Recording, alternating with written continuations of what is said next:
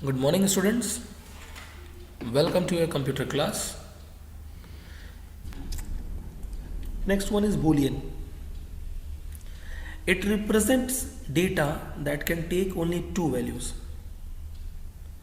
These values are usually represented as true or false, although they can also be treated as yes or no values. It is useful for setting values to a control property that take only true or false values, such as enable property value. Okay, enable property value shows the property that only true and false. The Boolean is used. In Boolean, there is a only one condition, whether the number is true or false, 0 or 1.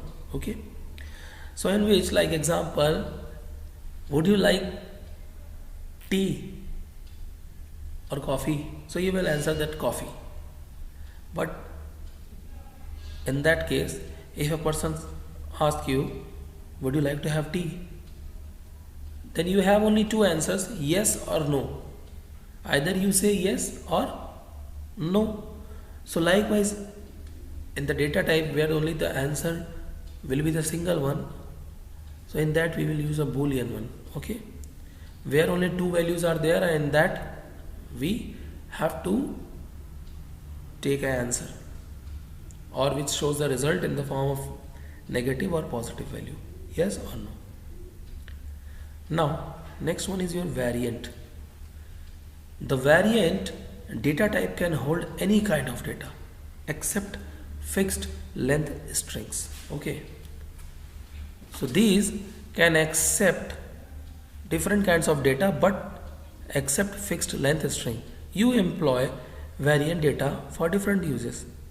When a data storage area is to hold different kinds of data, a variant storage area can act as temporary storage location for any data type that you will later place elsewhere in a more specific data type area. So if you want to store a data for temporary storage, then you can store here in a variant, and after that you place it to a more specific data type area. So for that we will use a variant. Okay, you see, variant means the different options, like different variant, different colors are available, so we call a variant. Okay, for a temporary time. Now object is most anything else that you want to use in your program. So object can be almost anything which you want to use in your program. It can be anything, that is called object. Date and time is also a data type. A date is a numeric value that represents the number of days that have elapsed since a determined period. A time is a numeric value that represents the number of seconds that have elapsed in a day. So these are the non-numeric data types which you can use, and above there are numeric data types that also you can use. Okay, now coming to the next topic, suffix character for literals. Okay, literals are the values that are assigned to the data. At times we need to add a suffix behind a literal. In Hindi that we call उपसर्ग and प्रत्यय, हम लोग पढ़े हैं, है ना, कि उपसर्ग पढ़ते हैं फिर प्रत्यय पढ़ते हैं in Hindi.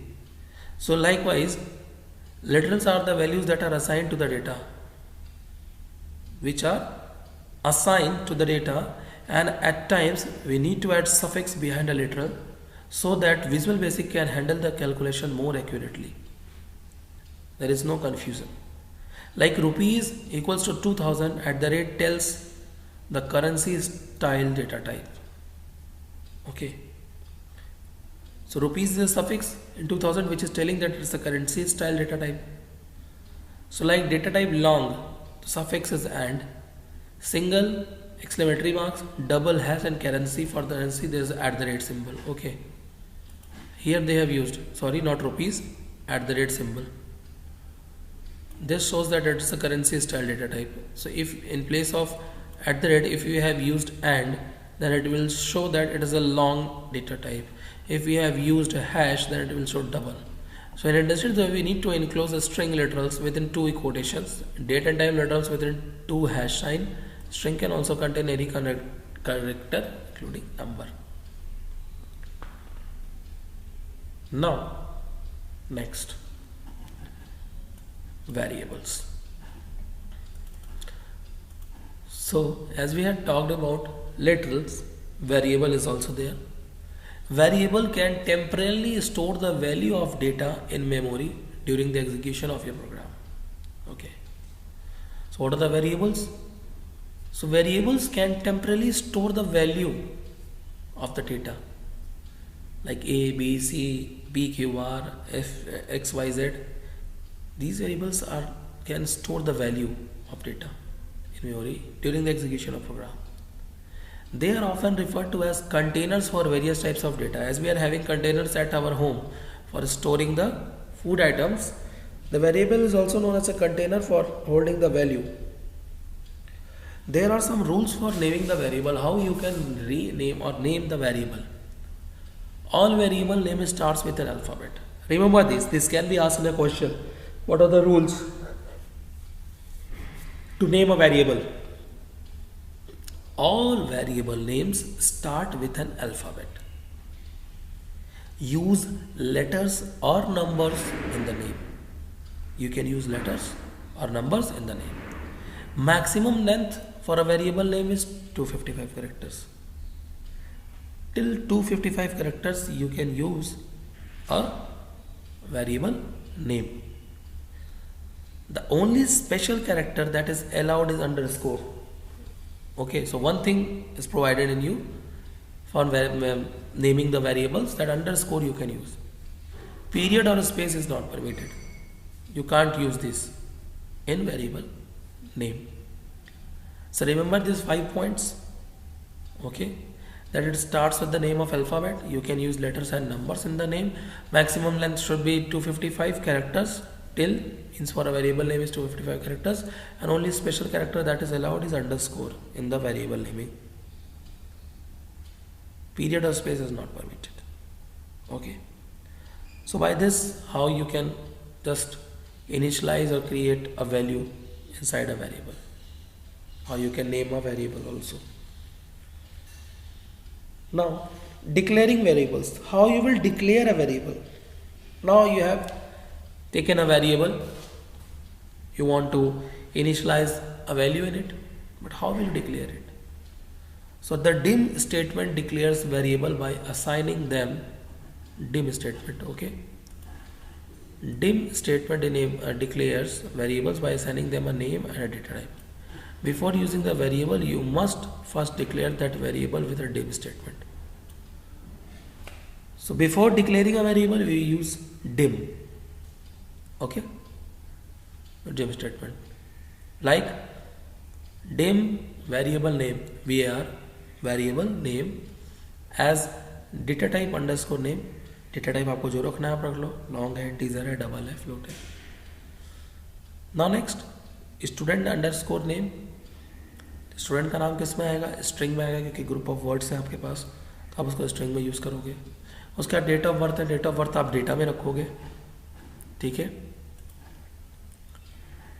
मार्क्स आपका इंटीजर में भी हो सकता है और साथ साथ डेसिमल में भी हो सकता है. ज़्यादातर कोशिश इंटीजर की होती है, अदरवाइज आप डेसिमल में भी मार्क्स होते हैं. ठीक है.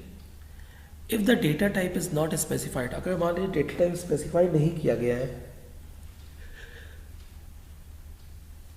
तो visual basic automatically declare the variable as a variant. Visual basic क्या करेगा? तो उसको डायरेक्टली डिक्लेयर कर देगा एज अ वेरिएंट. तो using variable storage assigning the value to a variable. अब बात करते हैं हम लोग कि how you will assign a value inside a variable. Now till now you have seen that ki what is a variable. Okay, how you will declare a variable. Then now how will you store, means assign a value. So after declaring the variable using dim statement, we have to assign the values to these variables. For that there is a syntax: variable name equals to expression. Variable that we had declared, and expression can be any of the following: mathematical expression, literal, variable, logical or string expression. So these are the ways by which we can just store the value inside a variable. So students, for this video only this much. In the next video we will be discussing about the operators in Visual Basic, arithmetic operators, relational, logical. What are the other operators are given in this, we will be going to discuss. Okay, till then, thank you.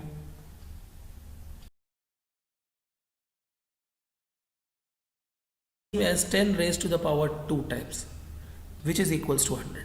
You can raise fractional values as well as negative power to compare the root of the number. Now, the mod operator returns the remainder from an integer division, which I have just shown you. The mod operator returns the remainder from an integer division. Only integer value can appear on each side of mod. If you use different data type, first it will be converted and round off to an integer value before proceeding with modulus. So remember this, that if any other integer is used, then it will be converted and round off to an integer value. Okay, if you are using different data type in mod, then it will convert that to first integer and then it will proceed with the modulus. 12 mod 4, that returns 1 because 17 oblique 4 is 4 and remainder is 1. Now the integer division, backslash not forward slash. Okay, remember, returns the whole number of a division and discard any remainder. It returns the whole number of division and it discards the reminders. 17 oblique 4 is 4 because 17 oblique 4 is 4 with remainder 1. Now plus is an overloaded operator because it performs two operators depending on the data you place on either side of it. Whatever data you are placing, the either side of it, when you place two strings value on either side of plus or and, Visual Basic concatenates the string and treats it as a single, means it joins both the strings together and thinks that it's a single string. So concatenation is the merging together of two or more strings into one longer string. Like as you have seen the example of hello and world. So it shows the result hello world. Okay. So it concatenates the two strings and make a long string. Okay, like name equals to label1 dot caption and label2 dot caption. So this is all about the arithmetic operator. Now we are coming to conditional operators. These operators will let the Visual Basic program to compare values, decide what action is to be taken, whether to execute a program or terminate the program. Because conditional operator, the name itself is saying that here if the value or the condition satisfies, then only the result will come. So whether they execute a program or to terminate that program. So first operator is your equals to operator. Like 5 equals to 2. It is true or false? It is false. Or we get 2 equals to 5, then also what will be the result? False. Greater than 8 greater than 3, true. 3 greater than 8, what happened? False. Okay. Less than 3 less than 8, true. 6 less than 1, false, because 6 is not smaller than 1. Greater than equals to, remember this, greater than equals to means 55 is greater than equals to So first one is your 55 is not greater than to 55. But here one thing is given equals to. Okay, equals to. Yes, first condition is false, but the second condition is true. So yes, 55 is equals to 55. Less than or equals to, same condition. 2 is less than 4. True. But 2 is equals to 4. No. But one condition is true, so it will be true. Not equal to. 4 is not equal to 2. True. 2 is not equal to 4. That is also true. Okay. So this conditional operators decide the condition and gives the result according to the condition satisfies. Okay. Now next, logical operators. Besides the conditional operator, few logical operators are also there to enhance the flexibility of conditional operators.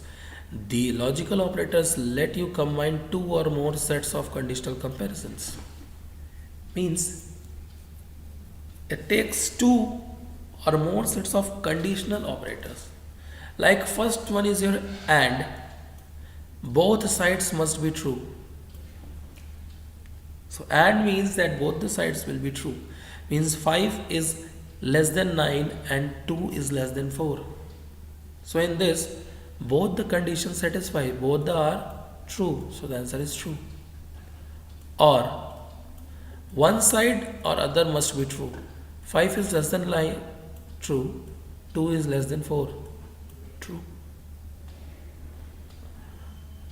XOR, only one side or other must be true but not both. 6 is less than 10, correct. 3 is less than 2, not correct. So answer will be false. Because only one side or the other must be true but not both. Both cannot be true. Okay. Now not, which negates truth. Not 5 is equal to 5, false, because 5 is equal to 5 what? It is true. Okay. So this is your logical operator which you can use in Visual Basic. So three operators you have studied: logical, conditional and arithmetic. Okay. These three operators which help us to do the calculation in Visual Basic. Now students, see, we have came to starting a Visual Basic. How we can start a Visual Basic? Windows must be running to start Visual Basic, and follow the below mentioned steps to start a Visual Basic. As we open different windows, the same process will be there. Go to, means click on the start button, all programs, Microsoft Visual Studio 6.0, and click on Microsoft Visual Basic 6.0. So Microsoft Visual Basic 6.0 window will appear. Now the tabs on the new project dialog box offer these choices. There will be a dialog box in which different options are given. In that, new project. Now new tab lets you create new application by using various wizard. Different wizards are already made there, starting from scratch. So existing tab lets you select and open an existing Visual Basic project. Okay. Here. And recent tab displays the list of Visual Basic projects that were recently opened or created. Okay. So recent mean the things which he has opened or created recently. Existing means which exist earlier, which are being saved, already saved, that will be opened. Okay. And new take you to create a new wizard application. Okay. Now creating program using wizard. How will you create a program using wizard? Now till now you have studied each and everything about data type, about the operators, how will you open Visual Basic, how you will select a new to create a new wizard, how will you initialize a value in a variable. Now how will you create a program using wizard? Visual Basic supports Wizard technology to help you create programs. The Wizard will help you to accomplish your task more easily and quickly because Wizard have predefined things, already pre-formatted things in it.